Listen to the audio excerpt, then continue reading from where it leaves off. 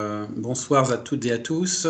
Après accord des participants, donc, nous enregistrons ce psychoté autour de l'appel de SOS Amitié pour recruter des écoutants.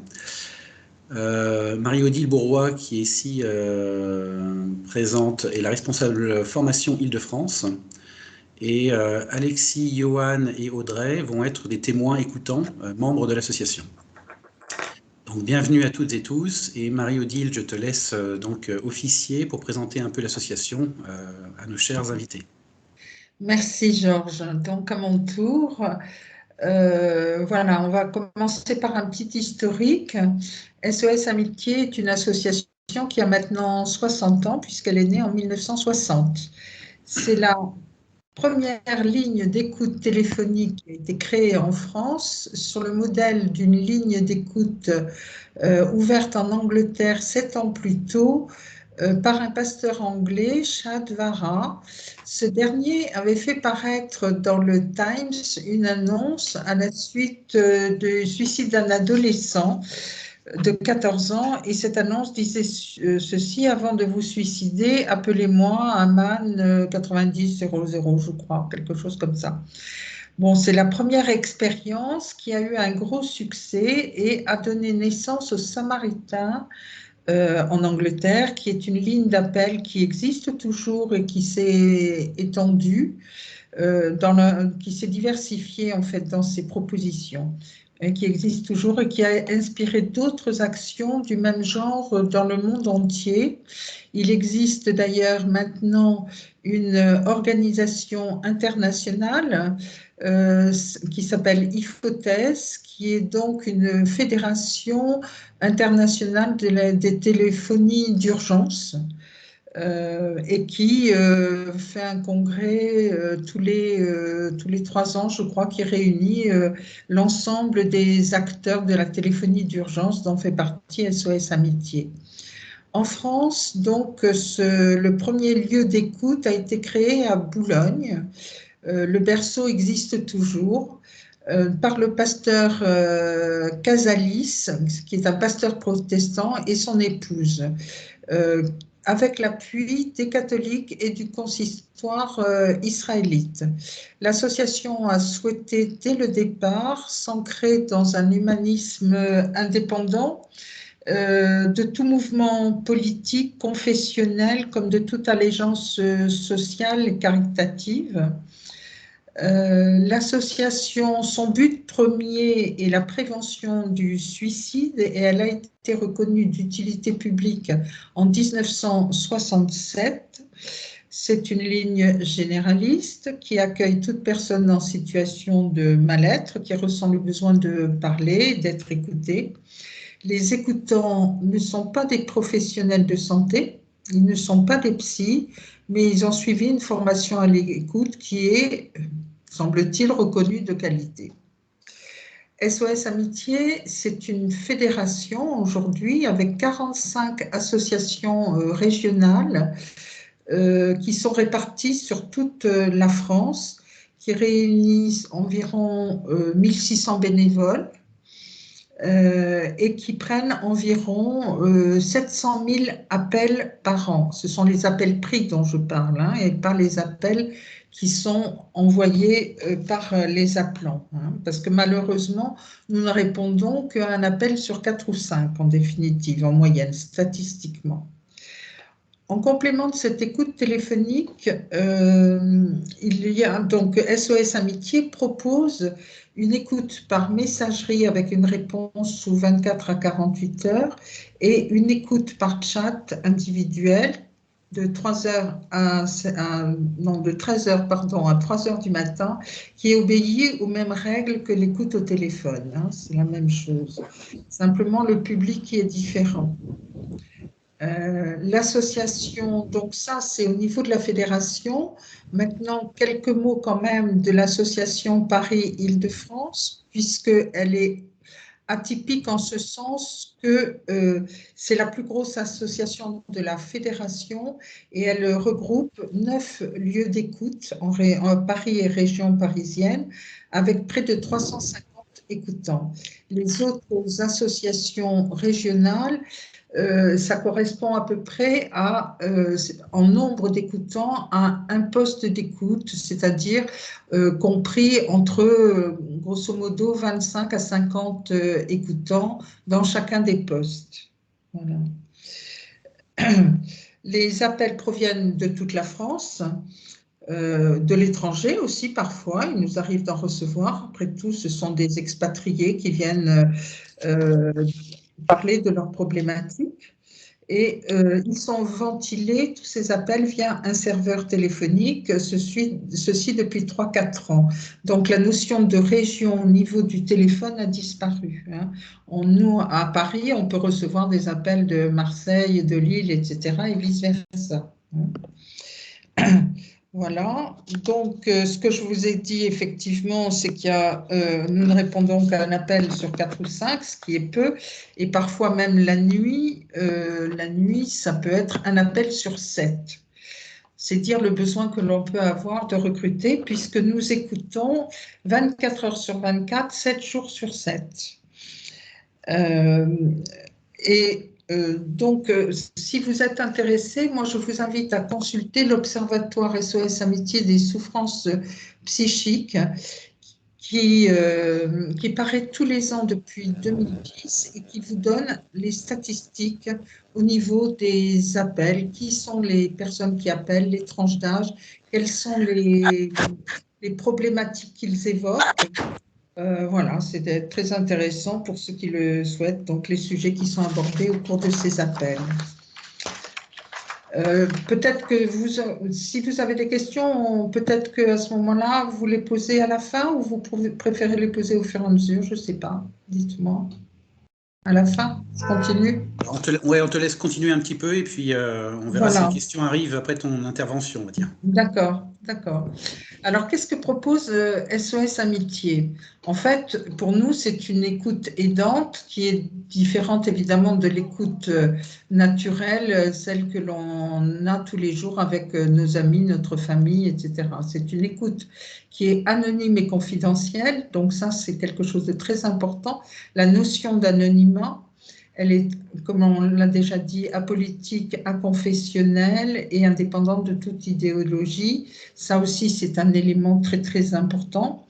L'anonymat permet d'être, comme le disait Jean Casalis, le fondateur donc, de SOS Amitié en France, j'aimais bien cette phrase, l'ami sans visage, sans regard, l'ami vivant et présent, mais anonyme et caché, qui puisse tout savoir, tout comprendre de vous et ne jamais vous connaître. Voilà, c'est exactement cette définition.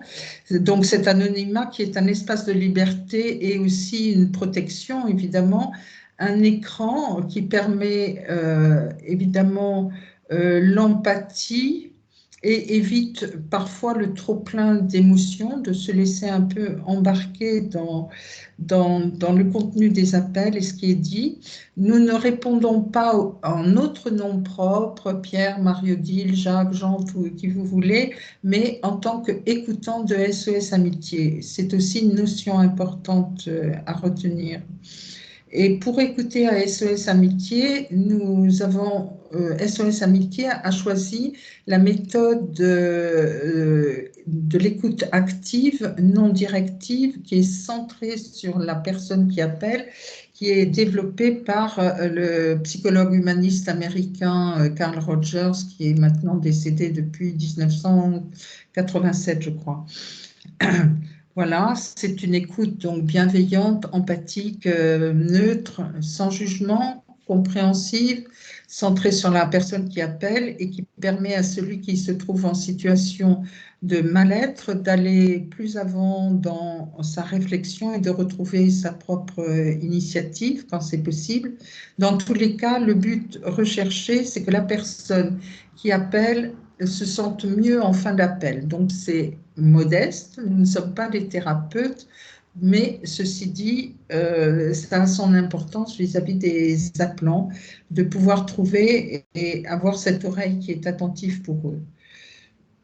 Donc, on offre une qualité d'accueil de manière à ce que l'appelant puisse s'exprimer tel qu'il le souhaite en toute liberté.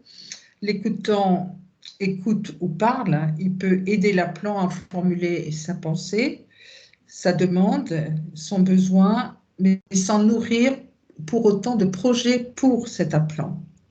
Ça aussi, c'est un élément très, très important, ne pas avoir de projet pour l'autre.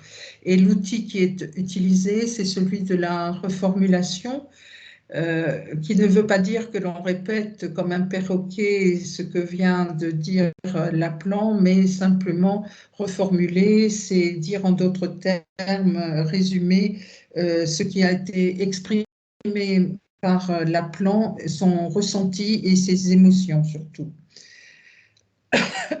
L'écoutant va s'intéresser à la personne et non pas à ses problèmes. Il va essayer de comprendre le ressenti de l'appelant ici et maintenant, à l'instant où on se parle, et ne pas s'attacher aux faits de façon mineure qu'il ou elle raconte. C'est une écoute que nous, on souhaite aidante. Le questionnement, bien sûr, est possible. Et l'écoutant accepte l'histoire telle qu'elle est exprimée par l'appelant. Le conseil n'y a pas sa place. En effet, on ne connaît rien de l'appelant, si ce n'est, bien sûr, on entend bien ce qu'il nous dit, mais on n'est pas en train de chercher de savoir si c'est la vérité. En tout cas, c'est sa vérité. On écoute finalement tous ceux qui ont réussi à franchir le pas d'appeler un inconnu, parce que c'est déjà un geste qui n'est pas évident, surtout pour la première fois. Après, certains en prennent vite l'habitude, hein, ça c'est autre chose. Quel que soit le motif de l'appel, on essaie donc d'offrir une écoute qui puisse être suffisamment nourrissante pour parvenir à desserrer l'angoisse et permettre à l'appelant de reprendre le contrôle de lui-même. Parfois, le simple fait d'appeler est rassurant et le fait d'entendre une voix rassure, apaise et l'angoisse baisse. C'est déjà un premier point, une première recherche.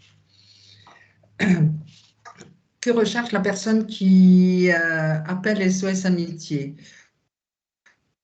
Bon, elle souhaite être écoutée, souvent se sentir accompagnée, être rassurée, rencontrer un autre être humain qui écoute et ne juge pas, puisque effectivement ça c'est important, ne pas se sentir jugé dans sa différence, sa maladie, ses espérances, voilà, dans tout ça. Une personne qui appelle, comme on l'a déjà évoqué, attend de pouvoir parler, de dire ce qu'elle vit, ce qu'elle ressent, ce dont elle souffre, dont elle n'a souvent jamais parlé à personne, quand ce sont des thématiques très difficiles parfois à entendre, même si elle a autour d'elle des amis et de la famille, il y a des choses qu'on ne peut pas livrer comme ça facilement. La plupart des plans ont du trop à exprimer, hein, le trop dont ils souffrent et qui devient insupportable, trop de malheur, trop de solitude, trop de souffrance, trop d'énervement, de frustration et aussi parfois trop de bonheur. Par exemple, quelqu'un qui viendra nous dire tout d'un coup, je vous appelle parce que mon fils ou ma fille vient d'avoir son examen et j'ai personne à qui lui dire, je voulais partager ma joie. Ça arrive, c'est pas très fréquent, mais ça arrive. Et il faut le garder comme dans la tête parce que c'est vraiment très plaisant malgré tout. Donc, on a vu qu'un appel, c'est la manifestation d'un besoin, qu'il n'est pas toujours facile à identifier. Parce que parfois la demande qui est exprimée en premier peut cacher la vraie raison de l'appel. Et c'est pour ça qu'il faut laisser malgré tout du temps, de l'espace pour que la personne arrive à être en confiance et puisse enfin s'exprimer sur le réel motif de son appel. Voilà. L'anonymat, donc vous l'avez compris, c'est un impératif de l'écoute à SOS Amitié. Il y a cependant une exception à ce principe de l'anonymat ne peut se faire que à la demande de l'appelant, enfin en tout cas avec son accord, puisque nous n'avons aucun moyen de savoir qui nous appelle. Donc, quand on est sur un cas qui est très très sérieux et qui demanderait l'appel des secours, on ne peut le faire que dans la mesure où lui aura accepté, après une écoute, de baisser un peu la garde. On va parler d'un appel de suicidaire, et donc qu'on prenne l'initiative avec son accord d'appeler les secours. Donc ça, c'est effectivement une dérogation à cette règle, mais avec l'accord de l'appelant. Hors de ça, jamais nous ne ferons quoi que ce soit sans l'accord, hein, c'est évident. Donc voilà à peu près un petit aperçu sur notre rôle en tant qu'écoutant, ce qu'attendent les appelants en général. Maintenant, ce que je vais vous proposer, c'est d'aborder les sujets de recrutement et de formation. Là, ça va être un peu plus délicat parce que moi, je suis en Île-de-France et le processus, excusez-moi, n'est pas exactement le même dans les régions. Je vous explique pourquoi. En Île-de-France, nous avons 8 centres d'écoute. Donc, la formation théorique peut être pratiquée tout au long de l'année puisqu'elle concerne les 8 postes. En région, il n'y a qu'un poste et donc il ne peut de formation théorique qui concernerait juste une ou deux personnes. Ça n'aurait pas le but recherché déjà. Donc, ils agissent de façon différente par séquence. Je veux dire par là que ils font des campagnes de recrutement à des moments ciblés et pendant cette période, alors ça peut être un ou deux selon les circonstances, et puis la taille et les besoins.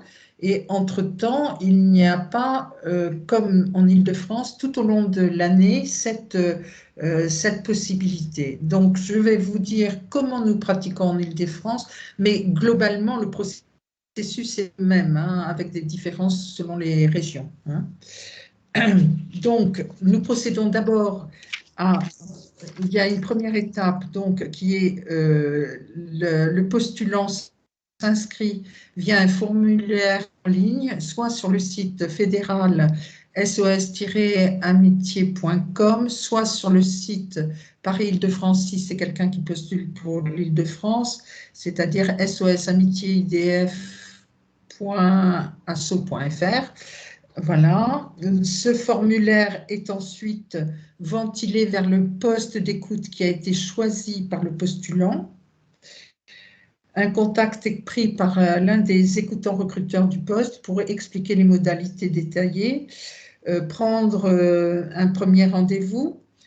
Un second rendez-vous est ensuite proposé par un autre écoutant recruteur. Au final, une commission recrutement du poste se réunit pour statuer sur les candidatures et le candidat est informé de la décision, qu'elle soit positive ou négative, et ça par téléphone, parce qu'il n'est pas question, nous, de faire un courrier.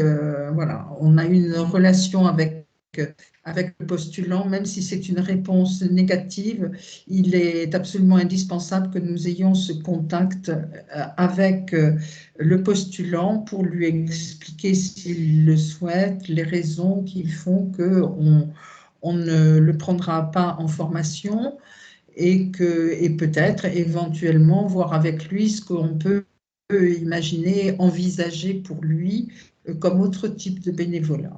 Tout le monde n'est pas fait pour le faire de l'écoute SOS Amitié, c'est quand même une écoute spéciale. Voilà, alors donc quand la réponse est positive, le prend le nom de stagiaire. Et à partir de là, dans son poste d'écoute, il va y avoir 10 séances de 4 heures de double écoute avec des écoutants formateurs différents, tout au moins le plus possible, parce que ça lui permet de voir que tout en obéissant aux mêmes règles, c'est-à-dire la charte de SOS Amitié, on écoute aussi avec notre personnalité. Et c'est ce qui lui permettra aussi de trouver son style tout en respectant cette charte très importante puisque c'est notre cadre en définitive et que ce cadre est quelque chose de plutôt sécurisant. Hein. Voilà donc pour les 10 séances. Pendant cette période, donc on va dire à raison plus ou moins de une par semaine. Hein. Après, ça dépend de comment on arrive à planifier avec les écoutants formateurs et le planning des stagiaires. Ce que j'ai oublié de vous dire, c'est que dès qu'il rentre en formation, le stagiaire a un accompagnateur, un référent. Hein. Donc, c'est quand même très rassurant parce que c'est quelqu'un à qui il peut poser toutes les questions qu'il veut quand il le veut.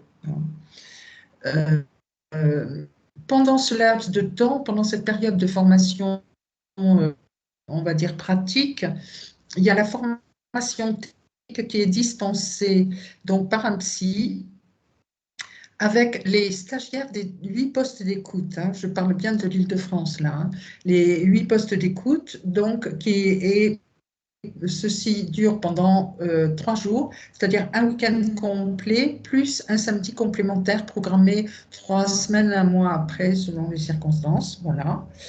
Et au terme de cette période, donc quand tout va bien, eh bien, il obtient le statut d'écoutant.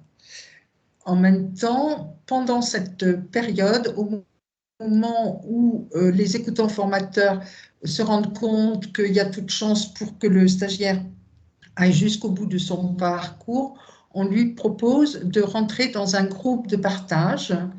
Un groupe de partage, donc ça participe à la formation continue. Le groupe de partage se fait avec un psy et un groupe d'écoutants qui sont toujours les mêmes pour l'année en cours et sur lesquels c'est un espace qui est dédié à l'écoutant précisément et non pas où on ne parle pas de l'appelant. L'appelant peut servir de support pour raconter un appel difficile, par exemple, mais la question n'est pas de parler de l'appelant, c'est vraiment évoquer le ressenti, le malaise, les difficultés rencontrées par l'écoutant qui vient porter une difficulté ou une autre auprès du groupe qui échange, évidemment, et avec le regard éclairé aussi du psy. Donc, il y a 12 séances entre la deuxième quinzaine de septembre et fin juin. Voilà. Après, il y a, selon les programmations et les postes, des possibilités d'une écoute par mois pendant l'été en fonction des besoins. Hein.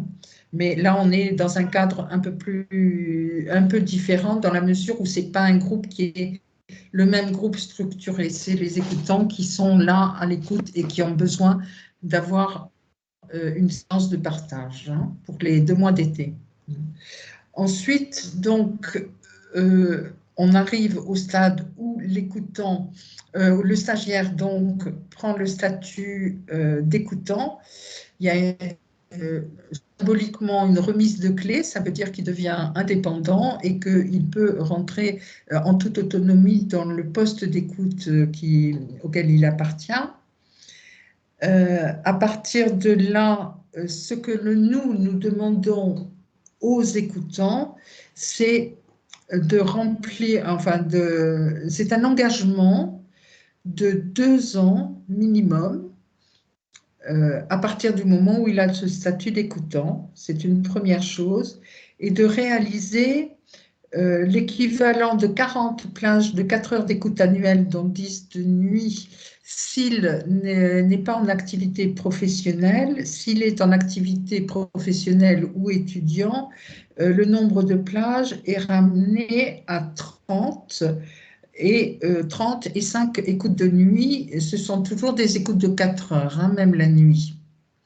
Voilà, alors c'est sûr que c'est un engagement qui est impliquant, mais voilà, à partir de là, c'est un choix et un choix délibéré, c'est-à-dire que nous, on en parle depuis le moment où on est avec le postulant. Donc, on en parle à différentes reprises parce que c'est quelque chose, c'est un engagement qui est important et tout le monde n'a pas la capacité de temps nécessaire pour pouvoir, au travers de sa vie personnelle, professionnelle, étudiante ou autre, remplir cet engagement. C'est ce qu'on comprend très bien, mais c'est important de le savoir avant.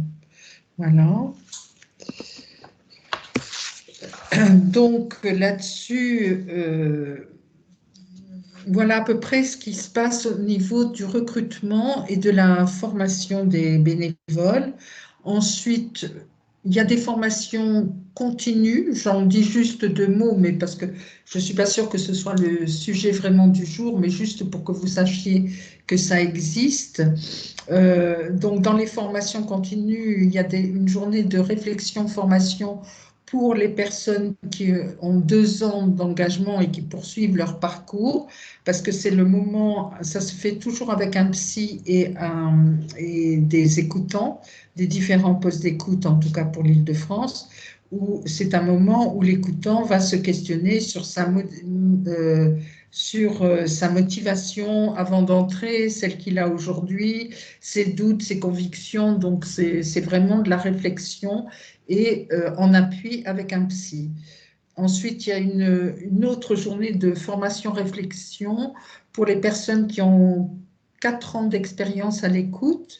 Alors, effectivement, ça vise à permettre à l'écoutant d'évaluer son parcours, où il en est après 4 ans, de s'interroger sur les raisons de la poursuite de son activité d'écoutant.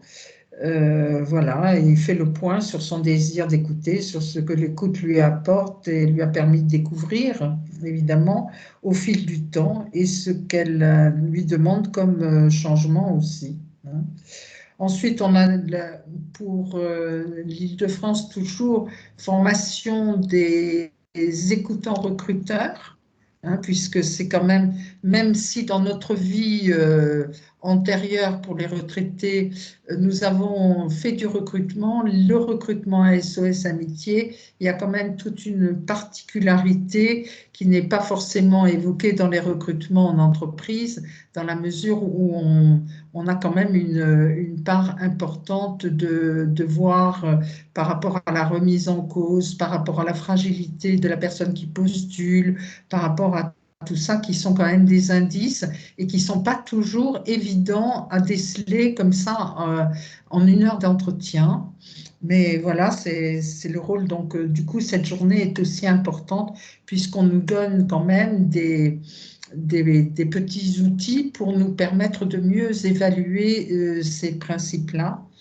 Il y a la formation aussi des écoutants formateurs, hein, qui est faite quand ils ont 2 ans d'expérience à peu près, et ceux qui le souhaitent peuvent devenir écoutants formateurs après une petite formation complémentaire, bien sûr. Voilà. Et puis, on a aussi des formations à thème, des thèmes différents qui sont organisés par les commissions de formation des différents postes d'écoute. Enfin, pour l'Île-de-France, c'est par la formation Île-de-France. Pour les autres postes en région, il y a des journées à thème qui sont développées aussi. Voilà, pour les écoutants du poste, avec des thématiques différentes. Ça peut être sur un sujet qui est quand même toujours très, très important, qui ont trait aux pensées suicidaires, d'autres sur comment on écoute à SOS Amitié les personnes souffrant de troubles psychiques, parce qu'on en a quand même un certain nombre, hein, il ne faut pas se leurrer. Ça peut être voilà, toutes sortes de sujets qui nous interpellent et qui nous permettent de nous améliorer dans notre écoute. Même quand on a de l'expérience, on a toujours besoin d'apprendre. Voilà, il me semble que j'ai dit l'essentiel. Voilà. Pour ce qui me concerne, je suis disponible pour répondre à vos questions si vous voulez.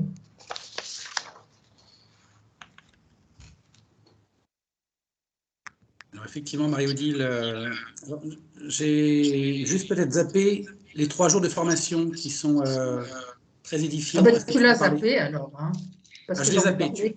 On va très bien alors. Oui, oui, non, mais tu as raison, c'était important, il ne fallait pas que je l'oublie quand même. Euh, donc, bah, très bien. Alors, peut-être qu'on fait une première séquence de questions-réponses sur ce que vous a dit Marie-Odile, et puis on entamera après la séquence témoignage. Donc, allez-y, n'ayez pas peur. Marie-Odile est ma marraine, donc ce qu'elle a Oui, poliment toujours. appelé référente. Elle a beaucoup de travail me concernant, parce que bien sûr, elle me tire l'oreille régulièrement, mais elle ne mord pas. Non. Est-ce, s'il vous plaît, vous Oui. m'entendez? Oui, Bien. oui, oui, très bien. Est-ce que dans la formation, il est évoqué la durée de l'appel? Enfin, je pense. Bien sûr, ce sont des sujets, là moi j'ai survolé l'essentiel, mais dans la formation, on évoque effectivement la durée de l'appel, c'est-à-dire que comme je vous l'ai dit, on est dans ici et maintenant de l'appel et centré sur l'appelant. Donc tout le contenu, quand l'appelant va commencer à raconter dans le détail ce qui se passe pour lui, et il m'a dit ça, et je lui ai répondu que, et machin, et on essaie de vraiment le recentrer sur lui. Ce qui est important, c'est ça. Et donc, ce que l'on dit d'une manière générale, c'est qu'un appel moyen, en principe, ça dure une vingtaine de minutes. D'accord. Hein. Après, évidemment, il y a des thématiques très lourdes où on ne calcule pas son temps, c'est évident. Il y en a aussi qui nous appellent uniquement parce qu'ils sont tellement isolés qu'ils ont juste besoin d'entendre une voix et de dire bonjour ou de dire leur quotidien. Là, on va peut-être essayer de circonscrire un peu l'appel parce que on n'oublie pas sans prétention pour autant, mais que dans SOS Amitié, il y a quand même la notion d'urgence de SOS et que si on accorde un temps élastique à chacun, comme déjà on arrive à répondre qu'à un appel sur quatre, voilà, essayer de donner de l'espace au maximum. Oui, c'est pour ça que je posais la question, oui. Oui, et en même temps, on se rend compte, nous, intérieurement, je vais dire, quand on commence à bouger sur sa chaise, à s'agacer un tout petit peu, c'est le signe que ça tourne en rond et que pour ce moment-là, il faut se mettre en retrait, quoi, prendre la sortie, la voie de sortie, en douceur.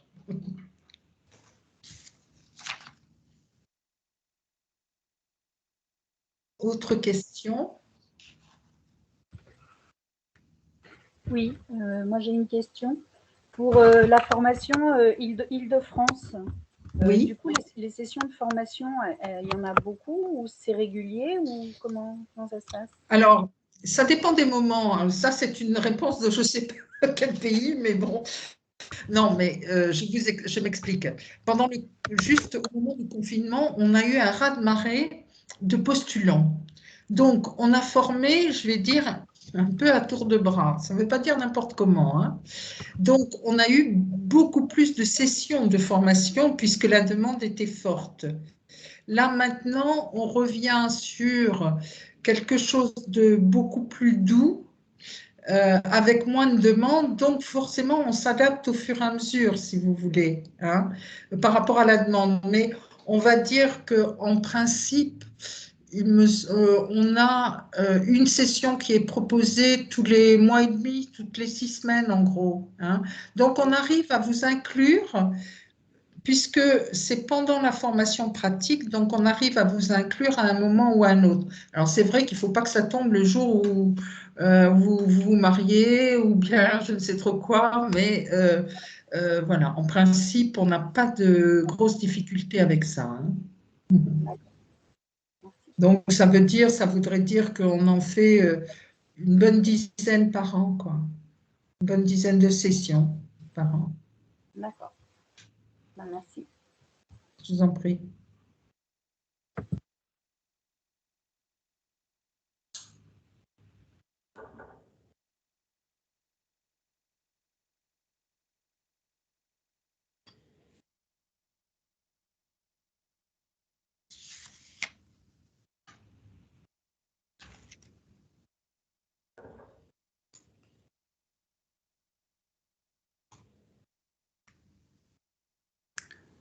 Alors bien que le silence fasse partie de l'écoute, Je vais peut-être le rompre, le rompre pour, s'il n'y a pas de dernière question ou de questions additionnelles à ce stade-là. Si, vas-y, Lynn, alors vas-y, lance-toi. J'ai une question. Est-ce que Je vous entends mal. Oui, parle plus fort, Lynn. les écoutants se réunissent toujours dans le même site, en fait? Toujours Dans le même? Je n'ai pas compris. Ils sont affectés à un seul site? Oui, ils sont affectés à un site, effectivement. Parce qu'il y a une vie de poste. Hein. Alors, je parle encore de l'Île-de-France, hein, là. Oui, dans la mesure où souvent c'est un poste de proximité. Et en dehors des plages d'écoute, etc., il y a quand même une vie de poste avec les partages, avec tout ça. Donc, c'est important de ne pas naviguer à droite et à gauche, puisque là, le sentiment d'appartenance ne serait plus le même.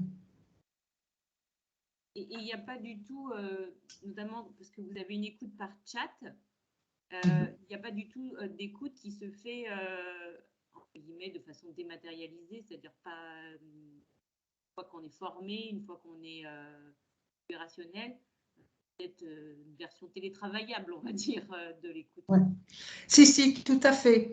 C'est-à-dire que le Covid a eu ceci de positif, c'est que du coup, SOS Amitié, pour qui il n'était en aucune manière question de faire des écoutes en dehors des postes d'écoute, a dû s'adapter à la vitesse grand V. Et à partir de là, puisqu'on était tous confinés et qu'en Île-de-France, en tout cas, la décision du conseil d'administration a été de fermer les postes, puisque avec tous les déplacements qu'on a en métro, en train, etc., le risque était encore plus grand. Je ne veux pas dire qu'il ne l'est pas ailleurs, mais en tout cas pour l'Île-de-France, fermeture était totale. Donc, ce qui veut dire que il a fallu trouver, donc il y a des gens qui sont très compétents là-dedans, qui ont trouvé le moyen de nous proposer, pour ceux qui le veulent, sur la base du volontariat, de faire de l'écoute à domicile via l'ordinateur. D'accord ? Donc ça s'est monté déjà dès la fin de la première semaine de confinement. On a été confinés le 16, dès le 19-20, on a pu faire les premiers essais et proposer, on est monté en puissance. Après, il y a des écoutants qui ne veulent pas ramener ça chez eux, et ça se conçoit. Il y a des écoutants qui n'ont pas les logements qui permettent d'écouter en tout anonymat. Ça peut arriver quand il y a des familles, quand il y a… Bon, donc tout ça, c'est entendable. On est sur la base du volontariat. Et j'en reviens donc au chat.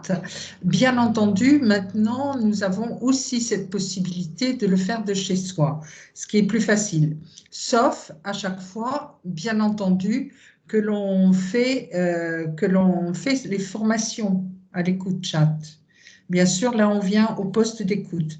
De la même façon, on a eu une période où on a fait de l'écoute au téléphone, la double écoute au téléphone avec des stagiaires, mais déjà, on les connaissait avant et on savait ceux à qui on pouvait éventuellement le proposer, parce que c'est quand même un facteur d'angoisse supplémentaire. Hein. Donc, on n'a pas trop cherché.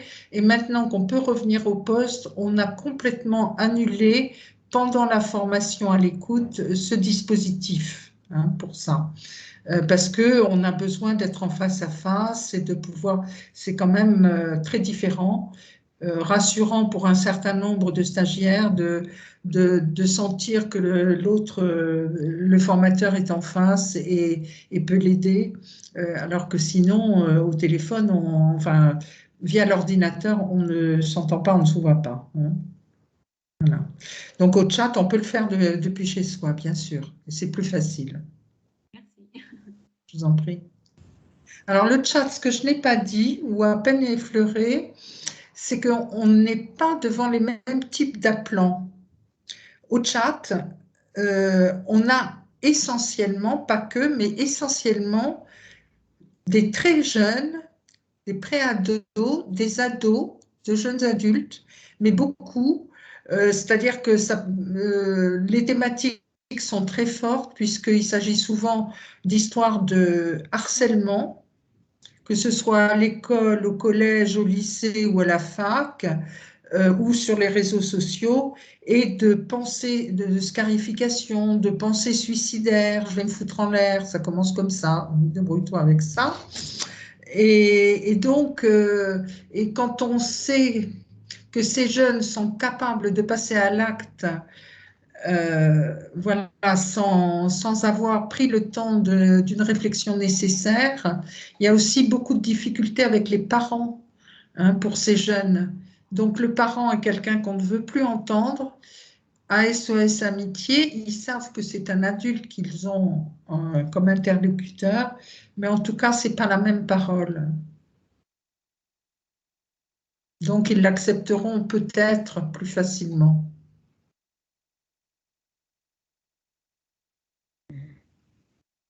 Est-ce qu'il y a des personnes qui appellent régulièrement, enfin qui finalement... Oui. Ah oui. On a beaucoup d'habitués. Ah oui. Ça, on ne va pas se le cacher. Ben, d'un autre côté, c'est un espace vital pour eux parce que les appelants, on a vraiment de toutes les catégories sociales. Et on a surtout depuis ces dernières années encore plus de gens qui ont des problèmes psychiques. Ce qui veut dire problème psychique, avant, ils étaient dans les hôpitaux, maintenant, ils sont hors des hôpitaux parce qu'il y a des médicaments qui les aident, hein, mais néanmoins, ils sont souvent très isolés. Ils ont, pour certains, lassé la famille, qui en a marre d'entendre toujours les mêmes choses parfois. Les amis, ils n'en ont pas forcément. Donc, nous, on est le lien vers l'extérieur. C'est ça qu'on représente pour ces catégories-là, hein. J'aime pas le mot catégorie, mais bon, voilà, pour l'instant, c'est juste pour différencier. Donc, vraiment, on n'imagine pas forcément, avant d'arriver à SOS Amitié, qu'il y a toute cette catégorie de personnes qui sont là bien présentes. Il y en a beaucoup, hein.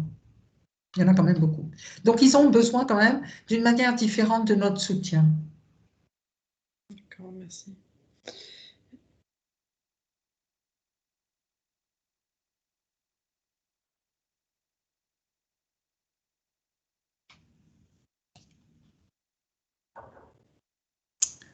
D'autres questions?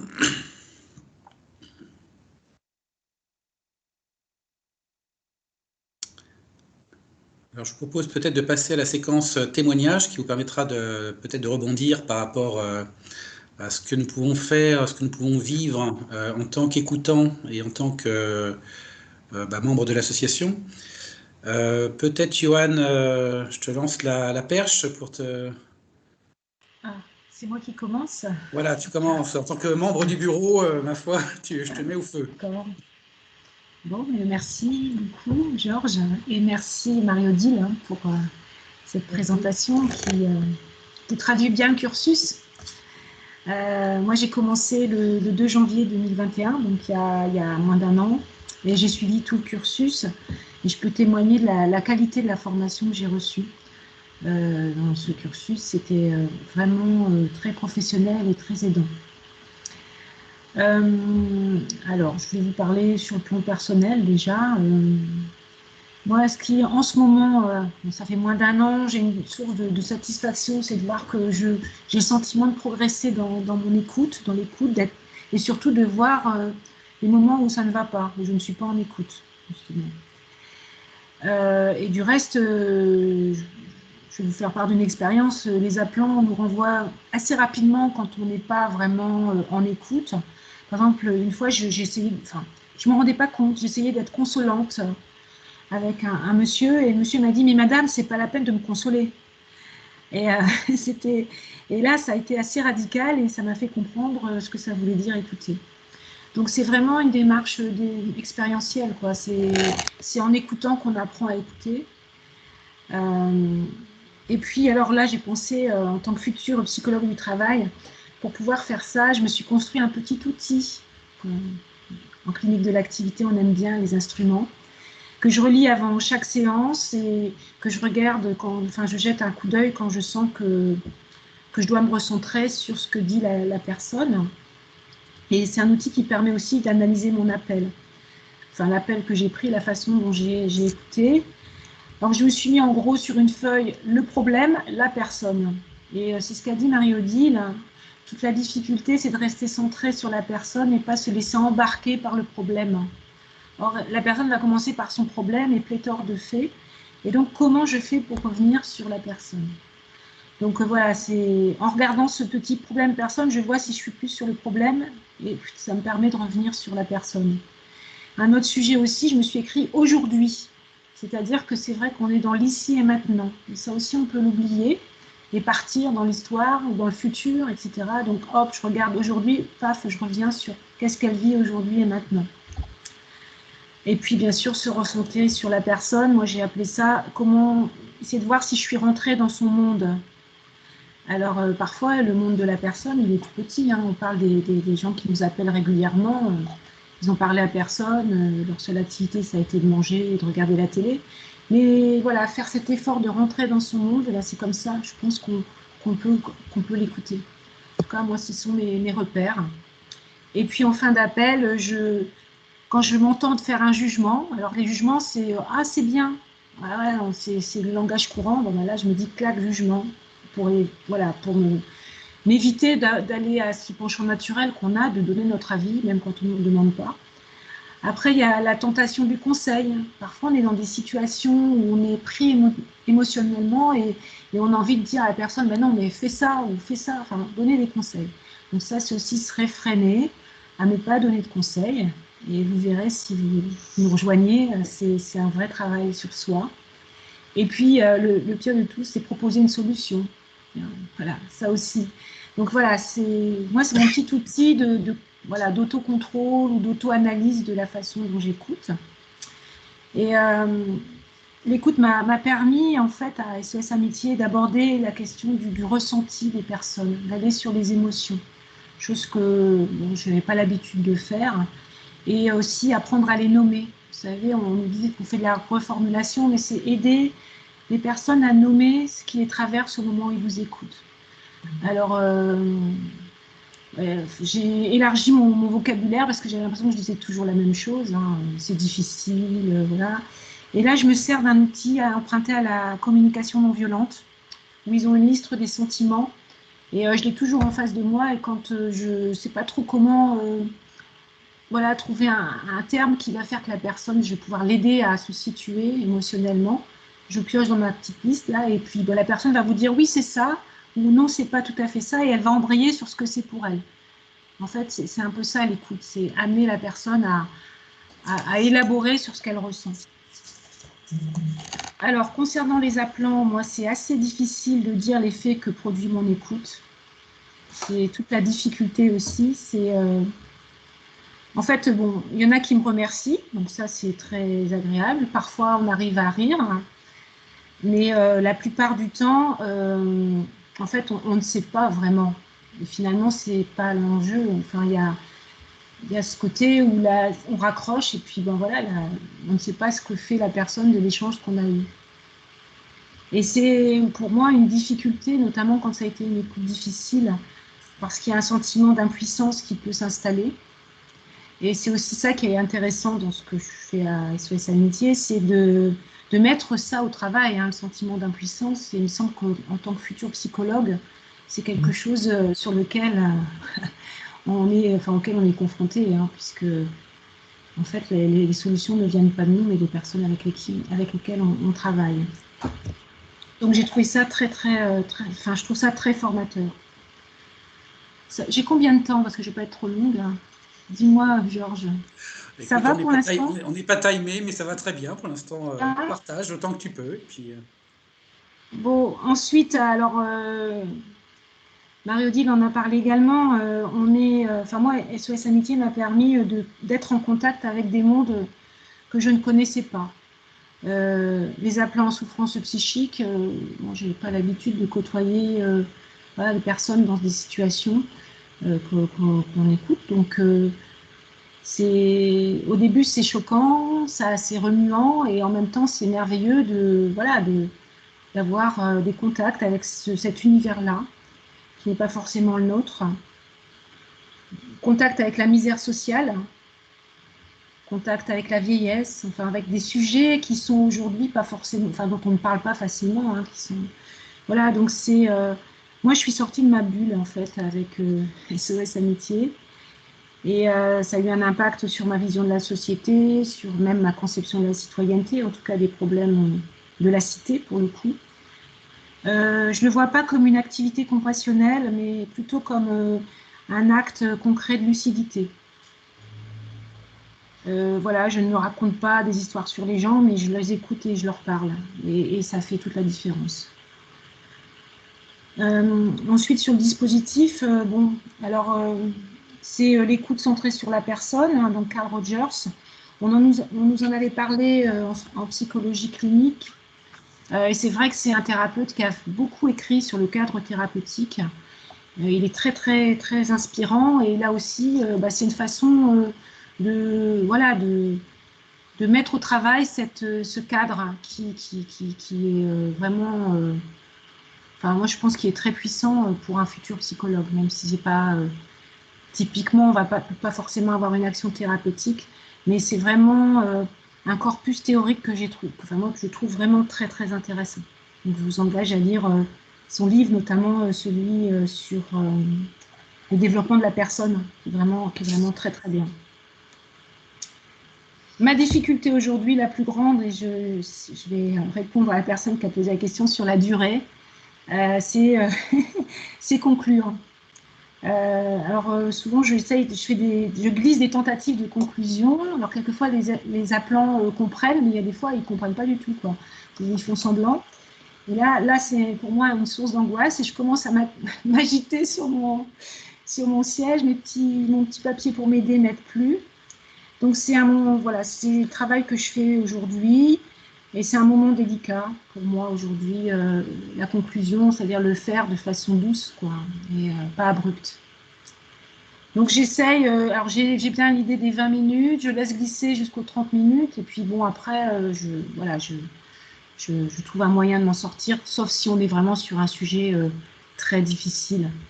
J'en ai un ou deux sur des suicidants ou des problèmes dans la famille où là, effectivement, on prend le temps. Voilà, donc pour moi, l'écoute, c'est très important pour un psychologue.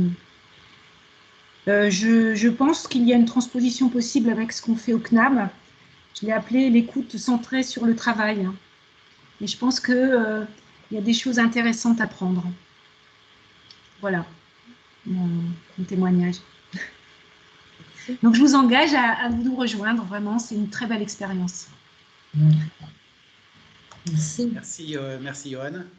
Merci. Après ce premier témoignage, est-ce qu'il y a des remarques, questions des participants?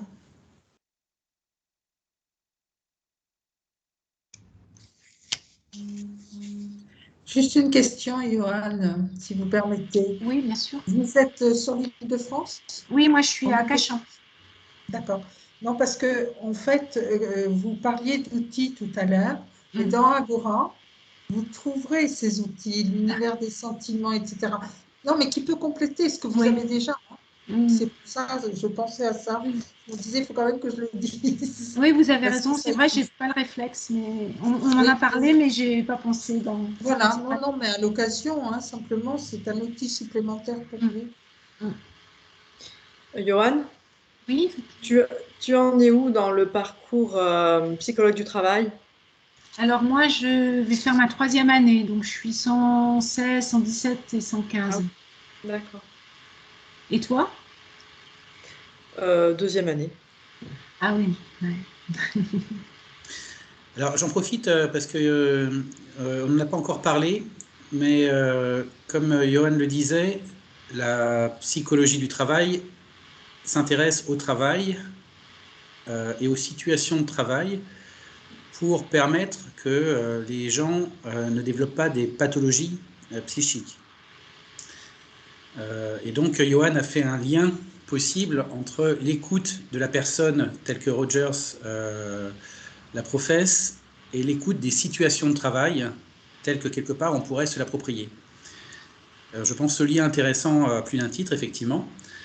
Mais bon, ça, il faut être dedans pour pouvoir faire ce lien-là. J'en profite peut-être aussi pour dire que pour toutes celles et ceux qui n'ont pas qui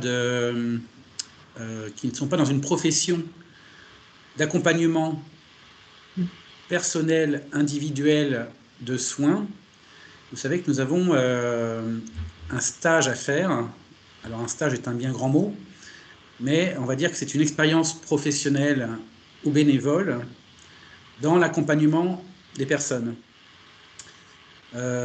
Cette expérience-là, soit on l'a fait dans des centres hospitaliers, dans des CMP, dans du bénévolat, et on fait un peu ce que Johan et puis nos futurs témoins ont fait, c'est-à-dire qu'on en témoigne dans un petit rapport de 10 pages, ce que l'on a pensé apporter, cru apporter, et ce que ça nous a apporté à nous. Cette séquence-là pédagogique, elle est importante puisque pour une partie d'entre nous, on n'a pas été dans l'accompagnement dans notre vie professionnelle. Et donc, SOS Amitié fait partie des expériences reconnues comme apportant ce cadre-là. Alors pour les Parisiens que certains d'entre nous sommes, c'est un de nos profs qui nous avait orientés vers SOS Amitié en disant c'est une option parce que ils vous encadrent, ils vous forment, ils vous encadrent et ils vous suivent, ils vous supervisent. Et donc c'est un bon moyen de rentrer de manière non psychopathologisante. C'est un terme que Marie-Odile n'a pas prononcé, mais que nous aussi, en psychologie du travail, on fait nôtre. C'est-à-dire qu'on ne cherche pas à mettre des étiquettes psychopathologiques sur les personnes. On cherche à les amener d'un point A à un point B un peu meilleur. Dans l'ici et le maintenant, et pour nous, ce serait dans le travail, on va dire. Donc, je vous invite aussi à considérer cette expérience comme une possibilité pour votre rapport d'expérience professionnelle. Voilà, c'est un peu mon message. Je ne sais pas si, Johan, tu as un élément de plus à rajouter? Non, c'est tout à fait ça. Moi, c'est dans ce cadre-là que j'ai connu SOS Amitié. Le prof nous en a parlé. Et ça répond vraiment à des problématiques qui sont liées aussi aux études qu'on fait. Donc, ça a tout son sens. Tout à fait, merci. Alors, est-ce qu'on fait alternance homme-femme ou alors on fait honneur aux femmes et Audrey, tu poursuis? Audrey Alexis, qui prend le... Moi, je veux bien poursuivre parce que justement, je vais rebondir sur ce que tu viens de dire. Donc, bonjour à tous déjà. Alors, moi, c'est Audrey, je suis sur Le Mans et je suis écoutante chez SOS Amitié depuis 2018. Donc, c'était au tout début de mon parcours de psycho. Alors moi, on m'en avait pas parlé, hein, j'ai cherché par moi-même, j'avais envie de faire du bénévolat et surtout de me tester dans ma capacité à entendre des choses, entendre voilà, la misère qu'on allait peut-être pouvoir entendre en tant que futur psychologue. J'avais peur en fait, j'avais peur de ne pas être capable de me détacher de ce qu'allait m'être dit. J'avais peur de me dire, mais on va me parler de choses assez violentes. Qu'est-ce que je vais en faire une fois que je vais rentrer chez moi? Donc, c'était un petit peu ça l'idée. Donc, au Mans, on est en province, hein, mais la formation, elle est un peu similaire à ce qu'a dit Marie-Odile sur l'Île-de-France. Et je ne pensais pas d'ailleurs qu'elle était aussi complète et aussi longue. Puisqu'au départ, j'ai eu un premier entretien avec le directeur de poste, un entretien d'1 heure. Ensuite, j'ai été voir un psychologue qui a attesté de ma capacité justement à ne pas me laisser déborder par ce que j'allais pouvoir entendre. Et ensuite, ça a été des doubles écoutes, des journées, c'est des dimanches, nous, c'était des dimanches complets. On était 4 de mémoire, avec un psychologue qui nous a formés sur Carl Rogers. On a vu la psychanalyse, enfin on a vu pas mal de choses. Donc ça complétait déjà le début de mon parcours. Après, vous m'entendez bien ou pas? Oui, très bien. Oui, d'accord.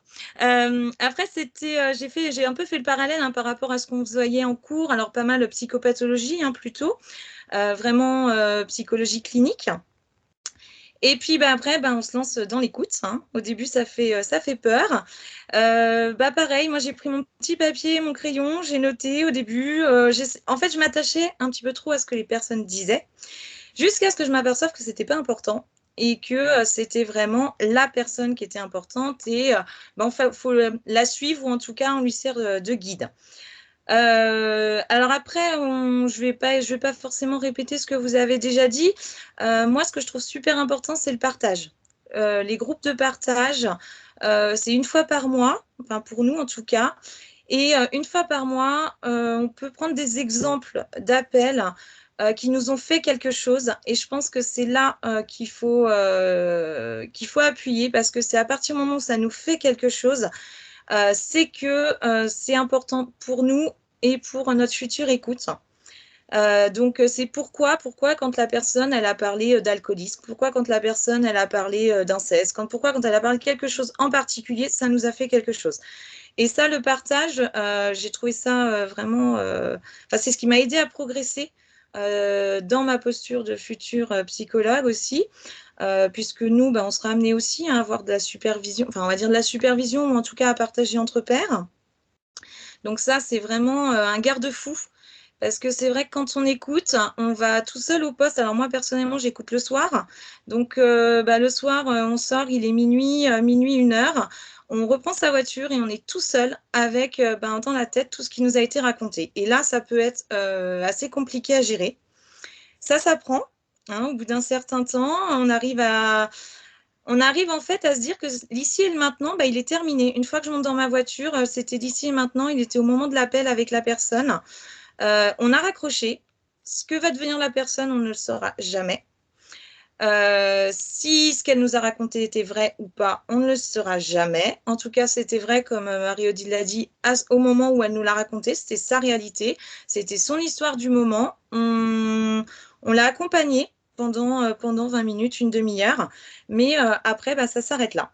Donc ça, j'ai appris à le faire et je pense que ça peut être utile dans notre futur métier aussi de se détacher comme ça des situations.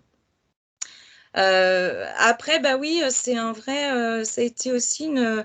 Je ne m'attendais pas à avoir autant de situations diverses, autant de personnes différentes qui appellent des situations... on ne sait pas, en fait. On décroche le téléphone, on dit SOS Amitié, bonsoir, et en fait, on ne sait pas à quoi on va s'attendre. Et c'est ça qui est... Enfin, moi, que j'aime beaucoup, personnellement. Et voilà, on attend. J'ai déjà eu des appels où, en fait, ça a été 10 minutes de silence. On disait tout à l'heure, le silence fait partie de l'écoute. Et j'ai attendu 10 minutes avant que la personne dise un mot. Et au bout de 10 minutes, la personne a dit un mot. Et ensuite, c'est parti. Et là, on se dit, ça y est, on a fait quelque chose. Alors, est-ce que derrière, c'était bien ou pas? On ne sait pas. Mais en tout cas, il s'est produit quelque chose. Et je pense que c'est ça l'important, c'est de dire qu'à partir du moment où on décroche le téléphone, on est là pour la personne. Et donc, voilà, on a fait quelque chose. Donc, on ne juge pas, hein, bien ou mal, voilà, on ne sait pas. En tout cas, après, oui, c'est gratifiant. Enfin, moi, personnellement, je ressors à chaque fois en étant... j'ai eu de la reconnaissance. Finalement, voilà, dans la psychologie du travail, on parle beaucoup de la reconnaissance. Et la reconnaissance, on l'a, quoi. C'est beaucoup merci. Merci de votre écoute, merci de votre patience, merci d'être là pour moi. Donc, oui, c'est... quelle que soit la situation, hein, on l'a, même si c'est des choses assez vraiment dures à entendre. Hein. Donc, c'est une vraie leçon de vie. Après, oui, c'est qu'est-ce qu'on en fait derrière? C'est ça. Alors, beaucoup d'humilité. Hein. Après, on relativise pas mal hein, quand même sur sa vie personnelle et sur même sa relation aux autres. On apprend hein, dans la manière de communiquer, même parce que finalement, ce qu'on apprend à l'écoute, alors oui, c'est facile, c'est anonyme, on est derrière notre téléphone, on n'a pas donné notre nom. La personne, on ne sait pas d'où elle vient, nous, elle ne sait pas où on est. Et après, dans la vraie vie, on fait la même chose finalement, on transpose. On peut transposer et on apprend à écouter d'une autre manière ce que disent les gens. Donc voilà ce que m'apporte SOS Amitié. Alors après, là, je suis un peu dans un dilemme dans le sens où j'arrive en fin de parcours Et le deal était avec ma présidente de poste qu'à partir du moment où je serais psychologue, j'arrêterais d'écouter. Tout simplement parce que, comme l'a dit Marie-Odile, les gens n'appellent pas un psychologue, ils appellent un écoutant. Et que même si je ne le dis pas, moi j'ai vu ma posture évoluer et j'écoute plus comme j'écoutais au début. Donc c'est un peu des formations professionnelles et je m'aperçois que j'ai maintenant j'ai des réflexes de psychologue, alors pas psychologue clinicienne, mais on n'écoute plus de la même manière et on a tendance à orienter la personne d'une autre manière que celle d'un écoutant, on va dire lambda. Donc j'arrêterai, je pense, quand vraiment je serai psychologue, ne serait-ce que par respect des personnes qui n'appellent pas un psychologue. Donc j'arrêterai d'écouter. Par contre, il y a d'autres manières de s'impliquer chez SOS Amitié. Moi, alors je m'occupe aussi des statistiques, voilà, du poste. Il y a des choses à faire en termes de communication. Ça peut être dans la formation aussi des écoutants. Donc voilà, je vais arrêter quand je serai psychologue, mais l'expérience a été en tout cas très enrichissante. Et pour rebondir sur ce qu'a dit Georges, au départ, je pensais effectivement me servir de cette expérience pour l'expérience professionnelle qui est demandée dans le cadre du cursus. Finalement, je ne l'ai pas fait parce que j'ai eu l'opportunité de faire un stage à la mission locale. Et finalement, c'est écoutante chez SOS Amitié qui m'a aidée dans mon stage, puisqu'à la mission locale, on retrouve tous les principes de Carl Rogers. Dans les entretiens avec les jeunes, je me suis retrouvée dans les situations un peu similaires à celles que j'ai pu avoir au téléphone. Donc, j'ai pris le parti de ne pas me servir de cette expérience, enfin, en tout cas, de ne pas décrire cette expérience-là directement dans mon rapport. Donc, voilà, une expérience très riche en tout cas, et je vous invite à essayer. Alors après, c'est très chronophage, je confirme. Au-delà de la formation, quand même de quelques mois, oui, c'est un engagement. Il faut s'astreindre à y aller. Nous, on est assez libre sur les créneaux horaires.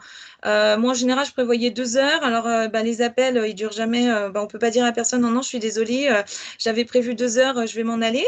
Donc, ça déborde très, très souvent, mais on fait une plage de 3 ou 4 heures dans la semaine. Et puis, moi, je suis sur un engagement de 12 heures par mois, puisque je travaille en plus. Donc ça se fait assez facilement et on peut le lisser sur l'année. Donc, c'est chronophage, mais ça rentre dans un emploi du temps quand même assez facilement. Voilà, en tout cas. Super, Audrey. Je te remercie. J'aimerais rebondir effectivement sur les 2 points que tu as soulevés. Donc l'aspect chronophage, effectivement, vous avez compris que c'est quelque chose c'est un engagement moral que l'on prend vis-à-vis de SOS Amitié, qui est de 2 ans et qui, pour des étudiants ou des travailleurs comme nous, est de l'ordre de 4 heures par semaine, 3 fois par mois, pendant 10 mois. Donc c'est pas anodin et il ne faut pas y aller, je dirais, la fleur au fusil, en profitant de la formation qui est donnée et en quittant la formation. Pourquoi je fais ce rappel un peu dur? C'est que parfois, des psychologues viennent prendre la formation et se cassent après sans honorer leur engagement moral. Donc il est clair que, bien entendu, après, les psychologues ne sont pas forcément, ou les apprentis psychologues ne sont pas forcément les bienvenus chez SOS. Donc, il faut avoir ça, je dirais, en tête. On prend bien un engagement moral, c'est bien sur la durée de 2 ans, et c'est bien un certain nombre d'heures par semaine, par mois. Avec Marie-Odile, on en a parlé. Est-ce qu'on devait faire cette initiative avec les adhérents du CNAM, etc., etc. Donc, on relaie quelque part cette initiative. Et je pense qu'on a toute notre place pour accompagner SOS, mais il faut qu'on soit sérieux et responsable dans cet engagement-là. Donc ça demande un minimum de temps, comme Audrey l'a signifié.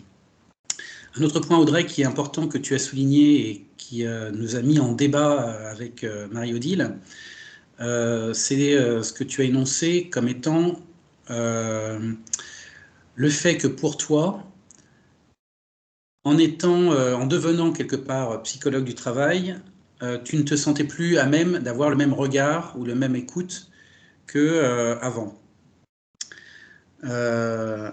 Et comme on a échangé entre nous aussi, je t'ai dit, bon, pour l'instant, moi, je suis encore un piou-piou dans le cursus, donc je ne suis pas assez acculturé pour sentir ce dilemme-là que toi, tu ressens. Et après, je pense que c'est très personnel comme dilemme. C'est-à-dire que moi, je suis capable assez facilement, mais parce que c'est ma nature, ou je sais pas, par mon expérience, de revêtre un vêtement quand je suis dans un contexte particulier et de le quitter pour en remettre un autre. C'est-à-dire que en tant que salarié, en tant que conjoint, en tant que enfant, parent, etc. Tu vois. Et j'arrive assez bien à segmenter mes différents rôles et places dans mon écosystème. Par contre, c'est plus ou moins facile, effectivement, et je comprends tout à fait ce que tu dis, que même dans une écoute normée comme celle de SOS, qui est non normative, on embarque un peu tout ça avec nous, et toutes nos différentes places. Mais pour moi, ce n'est pas forcément la place de psychologue qui peut être la plus perturbante dans cette écoute non normative, tu vois. Ça peut être, par exemple, nos vécus respectifs. Par exemple, moi, de par une place que j'ai de proche aidant, je suis assez perturbé, pour le moins, vis-à-vis des accompagnements de fin de vie, de vieillesse. Pourquoi? Parce que ça rentre en écho et en résonance avec une partie de moi, tu vois. Et ça, tu le fais en partage. C'est là-dessus que le partage est important. Tout à fait, tout à fait. Mais tu vois, c'est pour relativiser un peu les différentes places et rôles qu'on a tous dans nos vies. Bien sûr, on aura un rôle professionnel en tant que psychologue du travail, mais qui n'est qu'un rôle parmi d'autres, quelque part. Tu vois. Et bien sûr, il faut qu'on puisse le faire ou pas. Donc, je ne sais pas si Marie-Odile, toi, ça te... Oui, moi, ça me parle évidemment. Et là, effectivement, ce que tu dis, c'est complètement personnel. Je vais prendre pour exemple le risque quand on a quelqu'un qui devient psychologue, c'est que finalement, dans le cadre de ce qui est proposé à l'écoute, par exemple avec le psy de partage, eh bien, il y ait des interférences qui fassent que le psy de partage n'a plus sa place, que les écoutants se sentent pris entre deux feux. Et donc, ça, c'est plutôt néfaste, on va dire, quand ça arrive. Donc, voilà, si la personne, elle a bien conscience de tout ça et que ça va bien, mais nous, il nous a déjà été... J'ai le souvenir d'une fois où il a été malheureusement indispensable de dire à la personne, là, tu ne peux plus rester à SOS Amitié parce que sans le vouloir, en toute, voilà, il n'y a pas de malhonnêteté, mais tu dépasses ce cadre et c'est néfaste pour les autres écoutants, ça pose des problèmes et la place du psy de partage n'est plus la bonne, quoi, dans ces conditions. Voilà, c'est un exemple, ça peut arriver, mais c'est pas, voilà, c'est à voir de façon individuelle, quoi. Tout à fait, c'est très personnel et je pense que de toute manière, il faut s'écouter. Hein. En tant qu'écoutant, on doit s'écouter. C'est ça, ouais. Et faire au mieux de nos capacités et de ce qu'on peut faire. Alexis, tu as le mot de la fin. Alors, je vous propose de nous donner 10-15 minutes de plus, si tout le monde est partant, pour permettre à Alexis de témoigner. Oui. Est-ce que vous m'entendez bien? Très bien. Ok. Non, mais ça va pas être long parce que je suis en accord assez total avec ce qui a été dit par Johan et Audrey. J'ai une expérience relativement, enfin même très courte parce que j'ai commencé ma formation en mai et je l'ai fini là le mois dernier, donc je commence à peine de faire des écoutes en solo. C'est une formation qui est, enfin, en fait on fait 10 doubles écoutes. C'est vraiment très très intéressant, très enrichissant de pouvoir à chaque fois débriefer avec la personne qui est avec nous et de voir comment parfois sur le même appel on peut avoir des ressentis complètement différents. Parfois on a l'impression d'avoir réussi un appel et en fait non. Parfois au contraire on a l'impression d'avoir été nul et le fait d'en parler ça permet de relativiser. Donc voilà, c'est 10 séances où on progresse beaucoup je trouve et qui permettent de affronter les premières séances toutes seules en ayant quand même voilà, on a un petit bagage, une petite habitude déjà derrière soi. Euh, je suis assez convaincu que quand même ce qu'on fait est très utile pour les appelants, même si, comme dit Johan, parfois on s'en rend pas compte. Mais je pense que ça participe vraiment à leur équilibre, enfin à l'équilibre psychologique d'un bon nombre de personnes qui appellent SOS Amitié assez régulièrement et qui se base beaucoup là-dessus quand les séances de psychiatre sont très espacées, quand le psy coûte cher, n'est pas remboursé, quand la famille n'est pas là, quand les amis sont pas forcément n'existent pas ou voilà, où on a peur de les déranger. Donc je pense que voilà, c'est même si effectivement on soigne personne, on a un apport très faible en termes thérapeutiques, mais je pense qu'en termes de voilà, soutien moral sur le moment, en termes de voilà, être un interlocuteur pour la personne, je pense qu'on est vraiment déterminant et c'est pour ça que la plupart, enfin que beaucoup d'appelants sont en fait des rappelants et que et voilà, on est et qui sont voilà très reconnaissants généralement de ce qu'on fait, même si ils les formulent pas forcément et que parfois il y a des appels qui peuvent être conflictuels, qui peuvent être compliqués parce que voilà, il y a des appelants qui sont plus ou moins faciles à gérer. Euh, il y a effectivement beaucoup d'appelants qui ont des problématiques d'ordre psychiatrique.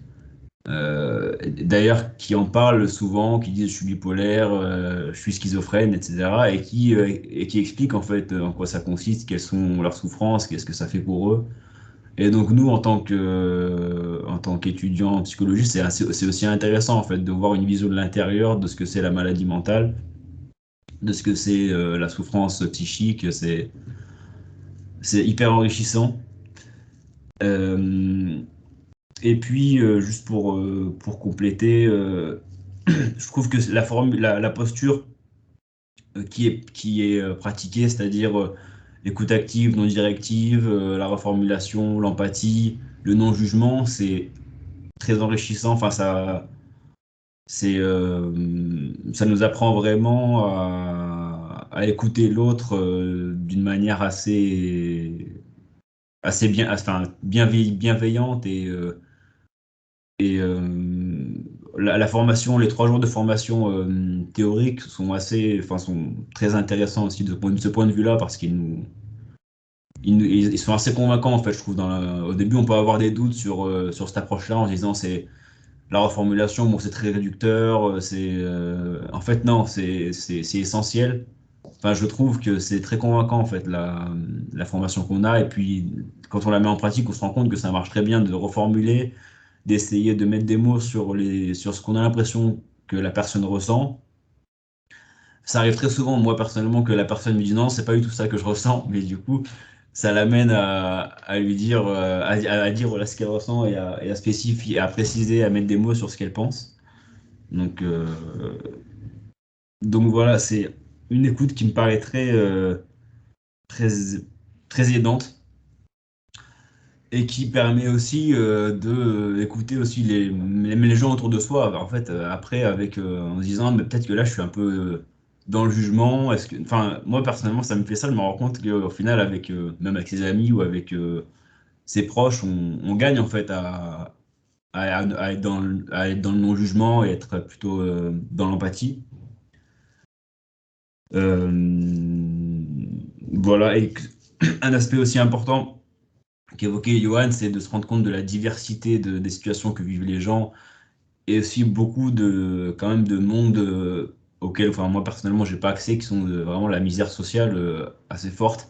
Il y a beaucoup de personnes qui sont dans une grande pauvreté, dans une grande solitude et tu disais, Johan, sortir de sa bulle, effectivement, ça m'a fait vraiment cette impression-là aussi.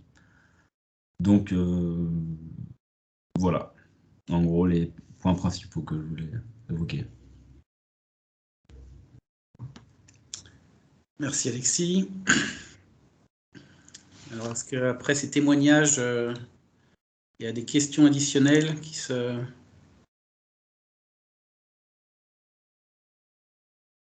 Moi, je ferais juste un commentaire sur ce que vient de dire Alexis. C'est que, effectivement, les appelants, nous disent souvent, la plupart d'entre eux, ils ont un psy quelque part, hein, que ce soit un psychiatre, psychologue, etc. Mais ils nous disent souvent, ça, je ne le dis pas à mon psy. Quand on les interroge, et donc, et pourquoi donc? Eh bien, parce que lui, il va me juger, tandis que vous ne me connaissez pas. D'où l'importance de l'anonymat, et c'est très fréquent hein, comme réponse. Donc, ils ont besoin de nous pour cette écoute qui est un complément de ce qu'ils font par ailleurs.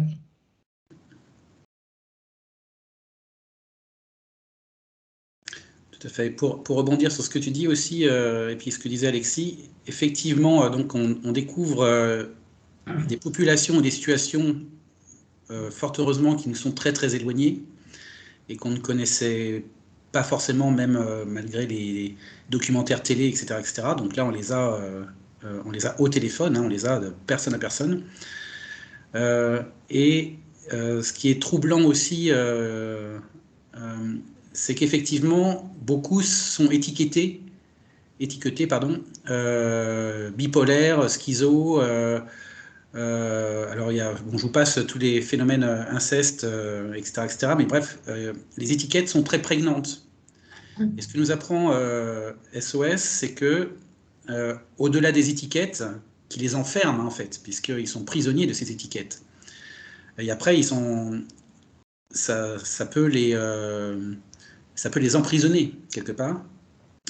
Il faut, dans l'ici et le maintenant, comprendre pourquoi ils nous appellent, éviter de rentrer dans leur étiquette, qui est un refuge aussi quelque part pour eux, ou un mécanisme de défense, etc. Et comprendre vraiment leurs émotions et les aider à mettre des mots sur les émotions. Il y a un slogan de SOS que j'aime beaucoup, qui est mettre des mots, M-O-T-S, sur des mots, M-A-U-X. Et en fait, comme disait Alexis, le pouvoir cathartique de l'écoute, elle est vraiment que ces gens-là qui nous appellent ont besoin d'un interlocuteur. Donc en psy du travail, on dirait d'adresser leurs pensées pour réussir à penser, tout simplement. C'est-à-dire que la plupart sont dans des cercles, des boucles, je ne sais pas comment on appelle ça, enfin des boucles, des boucles de mal-être, et n'arrivent pas à déboucler parce qu'ils n'arrivent pas à trouver les mots et à les dire.